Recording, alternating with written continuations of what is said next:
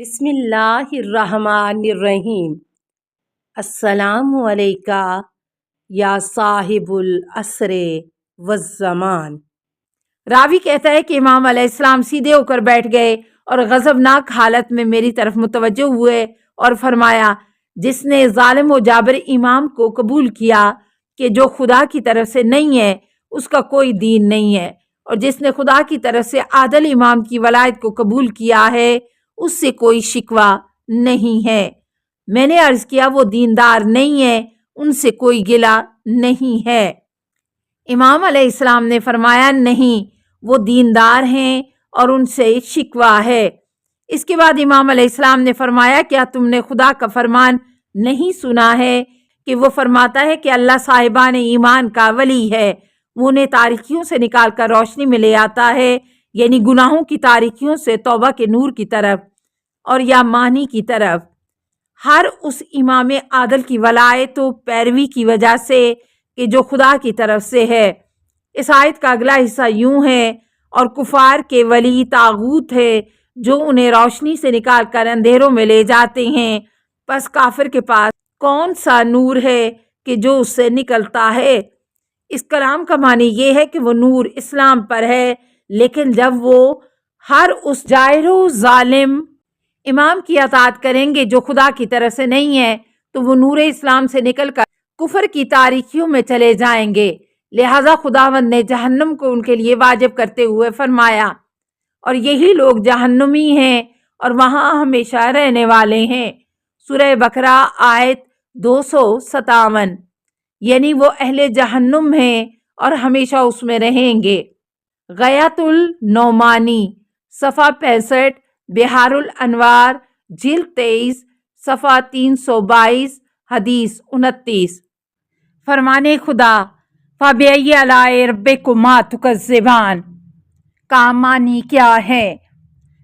حضرت ابو بصیر کہتے ہیں کہ میں نے حضرت امام جعفر صادق علیہ السلام سے خداوند نے متعال کے فرمان، پھر تم دونوں اپنے رب کی کون کون سی نعمتوں کو جھٹلاؤ گے، سورہ رحمان آیت 13 کے بارے میں سوال کیا تو امام علیہ السلام نے فرمایا، خداوند تبارک و تعالی نے فرمایا، تم خدا کی نعمتوں میں سے کس کا انکار کرو گے؟ محمد صلی اللہ علیہ وآلہ وسلم یا علی صلوات اللہ علیہ۔ فرمانے خدا، الم تری الی الذین بدلوا نعمت اللہ کا کیا معنی ہے؟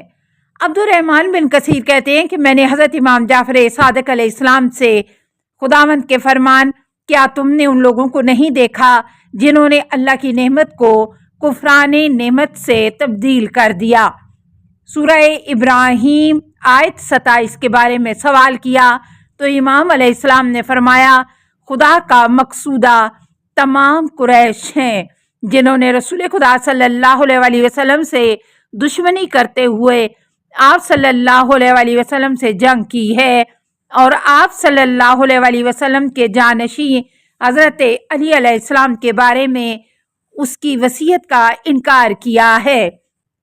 بحار الانوار جلد 16 صفحہ 359، حدیث 56۔ فرمانے خدا، فلما رأوہ زلفۃ سیئت کا کیا معنی ہے؟ داؤد بن سرحان کہتے ہیں کہ میں نے حضرت امام جعفر صادق علیہ السلام سے خدا کے فرمان، پھر جب اس کو نزدیک سے دیکھیں گے تو کافروں کے چہرے بگڑ جائیں گے اور ان سے کہا جائے گا کہ یہی وہ عذاب ہے جس کے تم خواستگار تھے، سورہ ملک آیت 27 کے بارے میں سوال کیا۔ امام علیہ السلام نے فرمایا، امیر المومنین حضرت علی علیہ السلام ہیں، جب وہ روز قیامت خدا کے نزدیک ان کا مقام و مرتبہ دیکھیں گے تو ولایت کے بارے میں اپنی غلطی پر ندامت کی وجہ سے اپنے ہاتھوں کو کاٹیں گے۔ امام علیہ السلام نے مزید فرمایا، جس وقت امیر المومنین حضرت علی علیہ السلام کا عکس چہرہ روز قیامت کو دیکھیں گے تو کفار کے چہرے سیاہ اور کبھی ہو جائیں گے۔ پھر فرمایا، جس وقت پرچم حمد حضرت محمد صلی اللہ علیہ وآلہ وسلم کے دست مبارک میں دیا جائے گا، در حالانکہ اس کے نیچے تمام مقرب فرشتے اور مرسلین ہوں گے، کہا کہ وہ اسے امیر المومنین علی علیہ السلام کو دیں، تو اس وقت کفار کے چہرے سیاہ اور کبھی ہو جائیں گے اور ان سے کہا جائے گا کہ یہ وہی چیز ہے کہ جس کا تم لوگوں نے تقاضا کیا تھا۔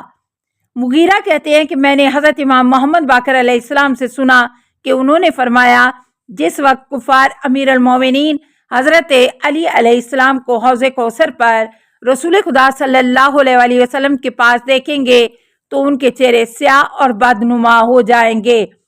تفسیر فرات صفحہ 176 187، بحار الانوار جلد 36 صفحہ 67، حدیث 11۔ فرمان خدا الکیا فی جہنم کل کفار عنید کا کیا معنی ہے؟ محمد بن حمران کہتے ہیں کہ میں نے حضرت امام جعفر صادق علیہ السلام سے خداوند کے اس قول کا معنی پوچھا، حکم ہوگا کہ تم دونوں ہر ناشکرے سرکش کو جہنم میں ڈال دو۔ سورہ کاف آیت 26۔ امام علیہ السلام نے فرمایا، جب روز قیامت ہوگا تو محمد و علی صراط کے پاس کھڑے ہوں گے، اس سے وہی گزرے گا جس کے پاس ان دونوں کی برات ہوگی۔ میں نے عرض کیا، برات کیا ہے؟ امام علیہ السلام نے فرمایا، حضرت علی اور ان کی اولاد میں سے ائمہ علیہ السلام کی ولایت کی منادی برات دے گا، اے محمد صلی اللہ علیہ وآلہ وسلم، اے علی ابن ابی طالب علیہ السلام کے دشمن ہر کافر کو جہنم میں ڈال دیں۔ بحار الانوار جلد 36 صفحہ 72، حدیث 23۔ فرمان خدا وما ہم بخارجین من النار سے کیا مراد ہے؟ منصور بن حازم کہتے ہیں کہ میں نے حضرت امام جعفر صادق علیہ السلام کی خدمت میں عرض کیا، خداوند کے فرمان اور ان میں سے کوئی جہنم سے نکلنے والا نہیں ہے۔ سورہ بقرہ آیت 167 سے کیا مراد ہے؟ امام علیہ السلام نے فرمایا، یہ دشمنان علی علیہ السلام ہیں کہ جو ہمیشہ کے لیے جہنم میں رہیں گے۔ تفسیر عیاشی جلد 1 صفحہ 317، بحار الانوار جلد 69 صفحہ 137، حدیث 17۔ کیا میں مراجع یا خوارج سے شادی کر سکتا ہوں؟ زرارہ کہتے ہیں کہ میں نے حضرت امام جعفر صادق علیہ السلام کی خدمت میں عرض کیا کہ کیا میں مراجع یا خوارج یا قدریہ کی کسی عورت سے شادی کر سکتا ہوں؟ امام علیہ السلام نے فرمایا، نہیں، ناگاہ بے خبر عورتوں سے شادی کرو۔ میں نے عرض کیا، عورتیں یا مومن ہیں یا کافر؟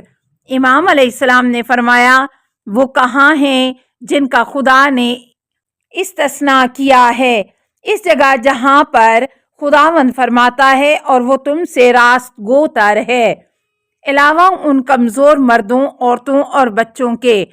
سورہ نساء آیت 98۔ یہاں تک کہ وہ فرماتا ہے کہ اس آلودہ محیط سے نجات پانے کے لیے کوئی راستہ نہیں نکال سکتے۔ تفسیر عیاشی جلد 1 صفحہ 269، بحار الانوار جلد 69 صفحہ 164، حدیث 24۔ توضیح، یہ ممنوعیت شاید اس وجہ سے ہو چونکہ عورت تربیتی نقش ادا کرتی ہے، لہٰذا اگر وہ مذکورات قائد میں سے کسی ایک کی پیروکار ہو تو یہ خطرہ ہے کہ وہ اولاد کی تربیت میں منفی اثر چھوڑے۔ کیا مجہول العقیدہ سائل کو کھانا کھلائیں؟ حریث مرادی سے نقل کرتا ہے کہ اس نے کہا کہ میں نے حضرت امام جعفر صادق علیہ السلام کی خدمت میں عرض کیا، کیا میں اس شخص کو کھانا کھلا سکتا ہوں کہ جس کے بارے میں معلوم نہیں ہے کہ وہ مسلمان ہے یا نہیں؟